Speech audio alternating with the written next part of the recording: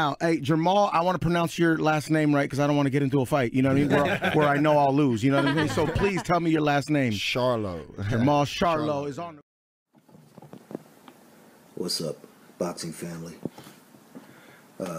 Let's open with the Terrence Crawford versus the Hornet, Jeff Horn.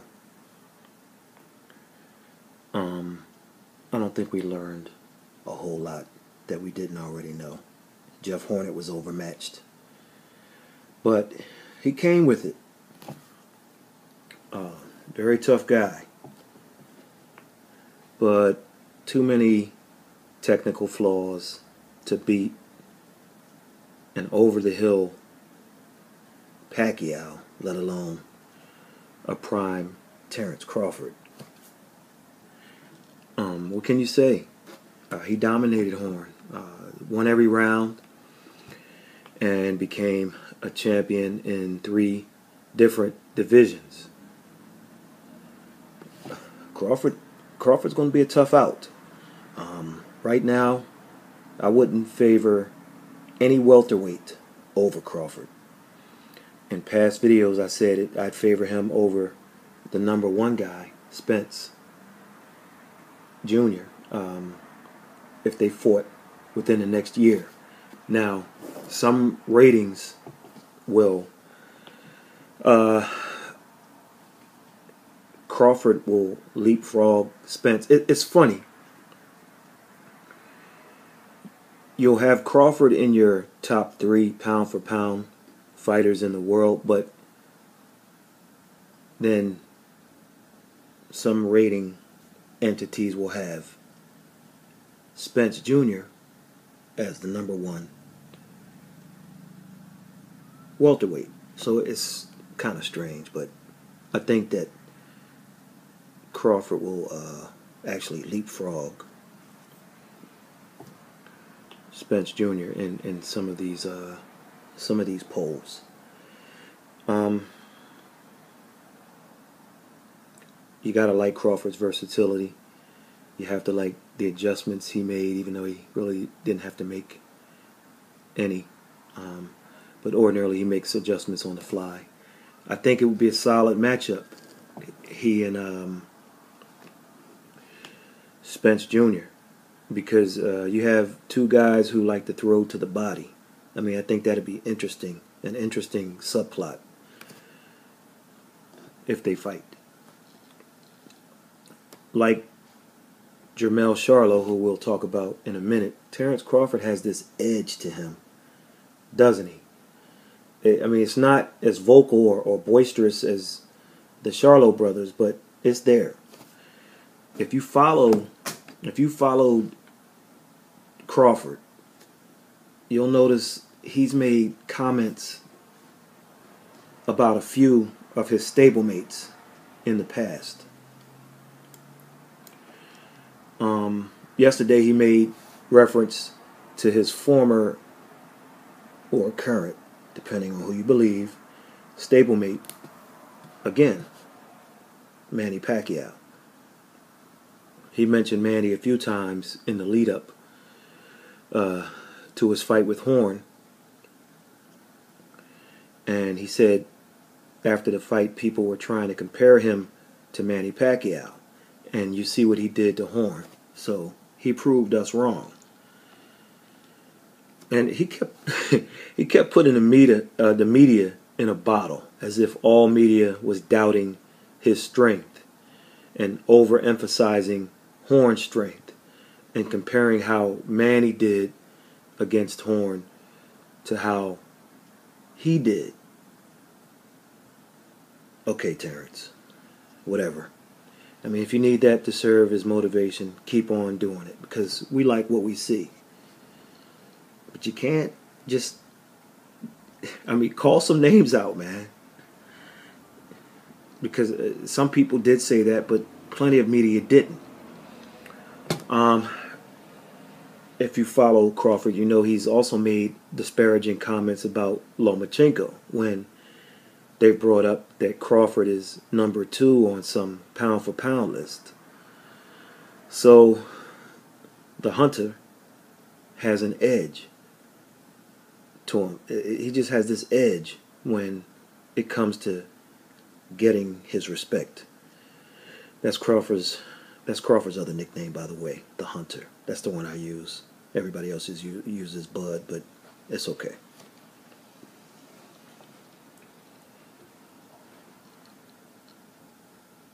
One thing that's come up with that's come up on some websites and some videos is how they feel Crawford hasn't been given the same marketing and the same strategies to boost his brand as Lomachenko and Pacquiao and others have. And at first, when I gave it a thought, and I initially agreed. I'm like, okay, yeah, I can see that. But then I took a look back at recent history, and I disagree. Let's look at Crawford's first title shot against Ricky Burns. Now, that title shot may have come a couple of fights and a couple of years earlier than it would have if he signed with someone other than Top Rank. Bob Arum got him that fight early. He went on the road and was counted out by a lot, and he won. Then the ESPN deal came about because of Top Rank and Bob Arum. So remember that. And I'll touch on that in a second. The unifications with Victor Postal, or Postal, depending on what part of the world you live in, and Julius Ndongo. Both of those unifications, which resulted in him becoming undisputed, they were made by willing and dealing of Bob Arum. Now, mixed in between those fights, we learned a few things that people don't bring up in their argument. First of all, Bob Arum did try to test the water by pushing Crawford and Postal pushing their fight to pay-per-view.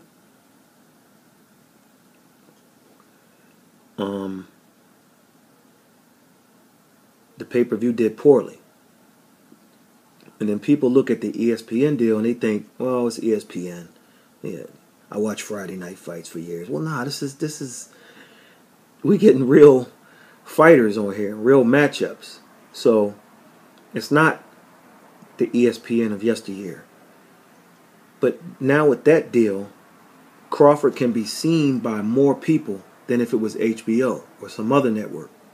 Because everybody who has cable, which is pretty much everybody in one form or another, legally or illegally, everyone has ESPN. Everyone doesn't have HBO. Now, whether more people see him or not, we'll see. But the potential is way there than if it was the other way around. So, people look at putting his title challenge on ESPN Plus as another slight toward Crawford. But I look at it as the opposite. I look at it as worth the gamble for two reasons. Number one, if you get a lot of subscriptions to view the fight and it does good numbers, then Crawford becomes the Jackie Robinson or the George Washington of boxing on ESPN Plus.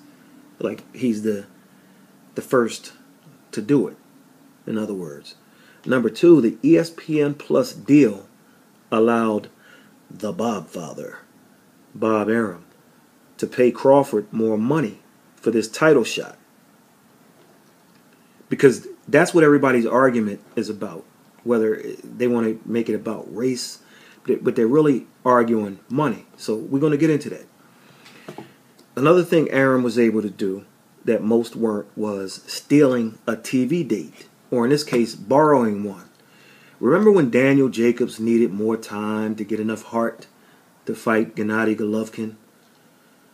Well, initially their fight card got postponed. It was supposed to be December, I think it was December 10th. 2016, but got pushed back to March of the following year, 2017. Arum jumped in and he took the date for Crawford to fight John Molina Jr. And I think they sold the CenturyLink Center in Omaha big time.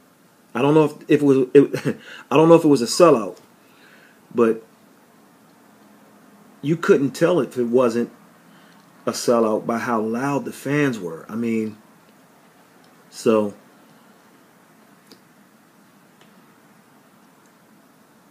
if there was another promoter, maybe they don't get that HBO date.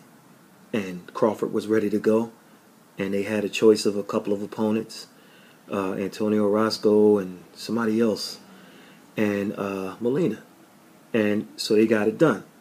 Now, you see, I'm not a big fan of this quote that people like to use, that numbers don't lie statement. Numbers lie all the time, but not in this case, okay? To fight John Molina Jr., Terrence Crawford got a guarantee of $1.5 million. That's good money. To fight John Molina Jr. That was the guarantee. Plus he got another $400,000 because Molina couldn't make the weight limit. So he had to pay up $400,000. He got $1.3 million to fight Victor Postal on a pay-per-view that did somewhere between, I don't know, 50,000 and 80,000 maybe. Really, I mean, it doesn't matter when you're talking that number range, does it? He got $1.2 million to face Hank freaking Lundy Jr. $1.2 million. And that was at Madison Square Garden, where it was like the small theater, like 4,000, 4,500, something like that. $1.2 million. He got 7 figures for fighting Julius Ndongo. I don't have the exact guarantee, but let's say that it was at least 1 or 2 million, okay? We'll say it was 1 million something, to be safe. Terrence Crawford's purse for the Jeff Horn fight is at least $3 million. That's his guarantee. So I don't want to hear anything about Crawford being treated differently. Lomachenko didn't see $3 million. Those Charlo boys haven't seen $3 million. Keith Thurman hasn't seen, Keith Thurman Jr., Page and Keith Thurman Jr. hasn't seen $3 million. So let's cut the nonsense. Outside of AJ, Anthony Joshua, Triple G, Gennady Golovkin, Saul Alvarez, who is out there getting $3 million for a fight? I mean, really, like active, like who's getting it? And that $3.5 million people initially reported Errol Spence Jr. would receive for the Lamont Peterson fight was wrong. He got $1.5 million. Okay? Crawford is right where he should be in earnings. He's been a millionaire each time over, fight after fight. This time he did it 3 times over. $3 million bucks. That's a nice piece of change. Everybody sees Austin Trout go down twice from 2 of the most suspect looking knockdowns. And now he's done at the weight. People are saying that's it for him. He's done. While his reflexes seem to be slightly off in this fight, I like what I saw. Remember, if you don't count those 2 suspect knockdowns, Trout loses by 1 round on one of the judges' cards, 115-113, and he wins on another card, 115-113.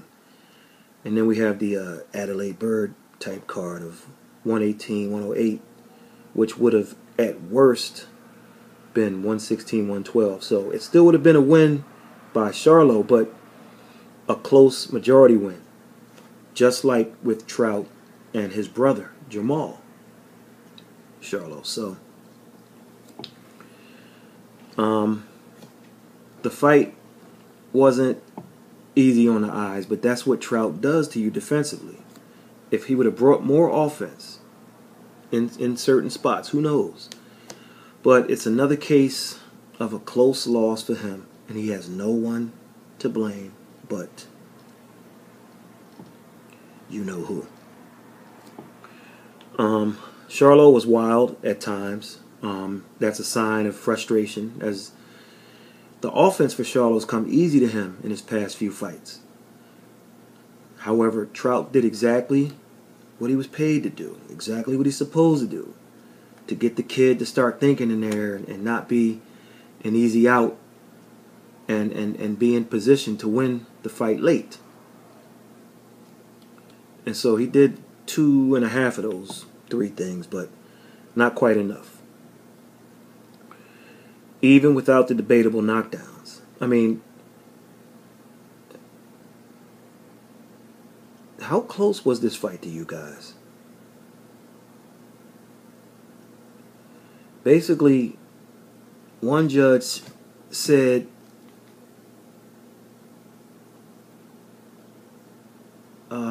the fight was a draw with the 2 knockdowns. Okay?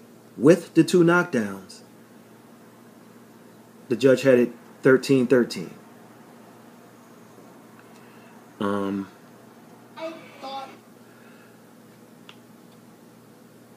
Another judge said it would have been a 1-round win for Charlo without the knockdowns. So if you don't count those 2 suspect knockdowns, then it's 1 point win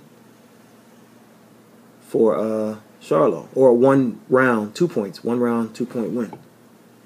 So how close do you think it was? Anyway, them Charlo boys got that edge too, like Crawford, don't they? I mean, it's one thing to enjoy the bad guy role, all right?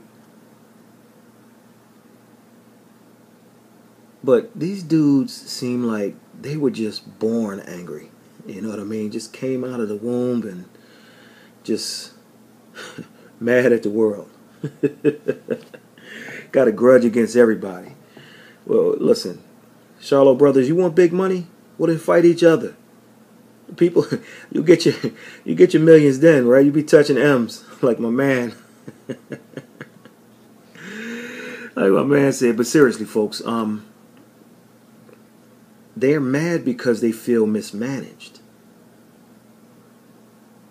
Listen, Keith Thurman Jr. has highlighted a card. Errol Spence Jr. has headlined cards. Lara, Hurd, Broner, Crawford, Garcia, the other Garcia, Wilder, that's Mikey and Danny, Wilder, Lomachenko, Gary Russell Jr., Munguia, Brook, Trout, Jacobs, Andrade, Porter, and many more have headlined cards, but the Charlo brothers haven't. And now, so I listed PBC guys there and guys in each of the Charlo's weight classes just to highlight my point. They need a real promoter, and signing with Aram or Hearn or even a Golden Boy can only be a step up for the brothers.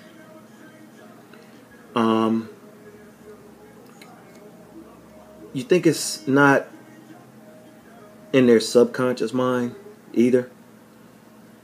I think this is, I tell you, it is. I tell you why. I think this is the 3rd time in 4 fights where Jamel Charlo didn't thank Alan Heyman.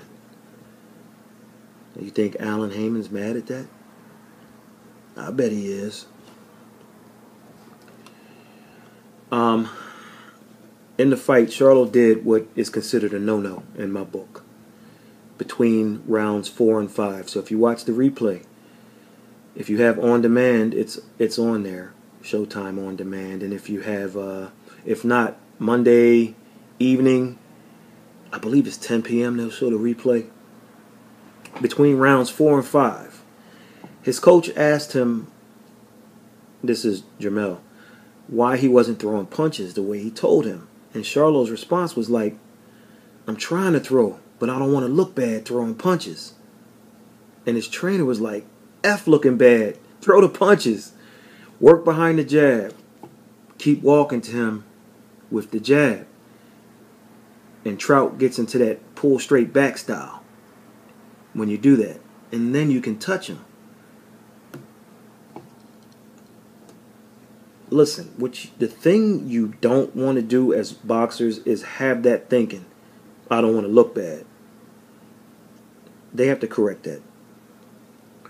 Mike Tyson and Marvelous Marvin Hagler, they didn't care where they hit you. Shoulders, elbows, whatever. They didn't care if they looked bad or not. Mike Tyson and Marvin Hagler, they punched you on your joints. So much so that by round 7, by round 8, maybe even as early as round 5, depending on how you were built, your joints start to get sore and it start to hurt to keep your hands up. Now you're exposing your chin. So that's something he needs to think of. And as a matter of fact, and Trout is out there to do that to you. And matter of fact, guess who else didn't care how he looked when swinging and missing? A guy by the name of Jarrett Hurd. Especially when he fought Trout. He understood. This guy's going to make you look bad. You're going to swing and you're going to miss. Same with, what's the cat that made him miss a lot? Tony Superbad Harrison. So, you might want to watch some video on a guy who could be possibly your next opponent. So Charlo, he can go back to the drawing board on that. Fortunately for him, the Jarrett Hurd style isn't anything like the Trout style. So if that fight between Charlo and Hurd is next, Charlo can cancel that course of action. He won't have to worry about the looking bad against the slick guy. And in the 6th round of that fight, it happened again. A left hand to the top by Trout forced Charlo into a bad position.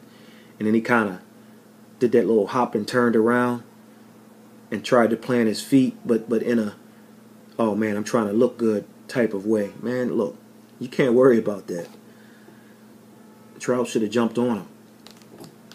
I thought Austin had a good 7th round, and it was like a 67-65 type of fight score at that point. And then the knockdown in the 9th gave Charlo some confidence, even though it was behind the head a bit. Trout still had a good 9th, though. Still had a good 9th. But when he got off of his stool to begin the 10th round, he had this body language getting off the stool like, where's my check? Because he looked at that going down in the 9th as maybe it's too big of a battle for me to overcome that. So, wrong mentality. In the main event of a rematch I didn't care to see, Leo Santa Cruz won a unanimous decision over Abner Maris. A lot of punches were thrown, but somebody please control Mauro Ranallo. I mean, man, just call the action and stop making it more than what it was. I mean, there were punches, a lot of punches, but it wasn't like we were watching the 6th round of Hagler versus Mugabe. That was something to get excited about. Listen, I thought Abner Maris fought as well as he could. He came with more than I counted on, and I think credit must go to Robert Garcia, the trainer. Santa Cruz, on the other hand, he didn't give me what I thought he would. And I recall when he changed his style to beat Carl Frampton in his rematch. But if he fights Gary Russell Jr., I want the Santa Cruz from 2012 to 2015. That guy who just went for it and took it. Anyway, the Tyson Fury fight was a joke. I haven't had a chance to watch the Terry Flanagan fight. I didn't watch Terry Flanagan get upset by Maurice Hooker. And I want to, because Hooker has failed the eye test numerous times in the past. So I can't wait to see how the Flanagan fight looked, because I don't think many people thought Hooker would take that.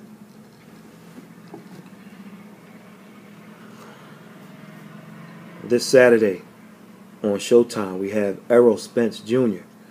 versus some guy named Ocampo.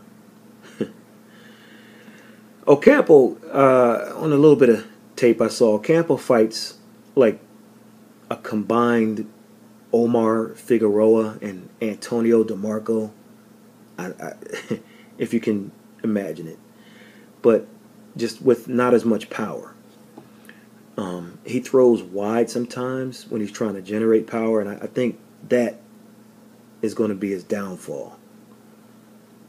I just see a counter and not necessarily a lead that's going to hurt him. He's taller than Spence, and I like to see what his reach is, though. I just want to see, but he's a few inches taller than Errol Spence Jr. Unless he has some platform shoes on. So also this Thursday at 8:30 p.m. we have Golden Boy on ESPN. Mercito Hesta, 31 wins, 2 losses, 2 draws, versus Roberto Manzanares, who's 35-1 with 28 knockouts. So he's a puncher. Also next Saturday, we got Andres Fanfara versus Ismail Salak in Poland. And that's a fight I like to see. So I guess I'll pull the old Fire Stick out and see if I can find that. So make sure you catch that fight if you can. I think we're gonna see some knockdowns in that one, or just maybe one big one and it'll be over. But interested to see what each guy brings to the table at this point in their career.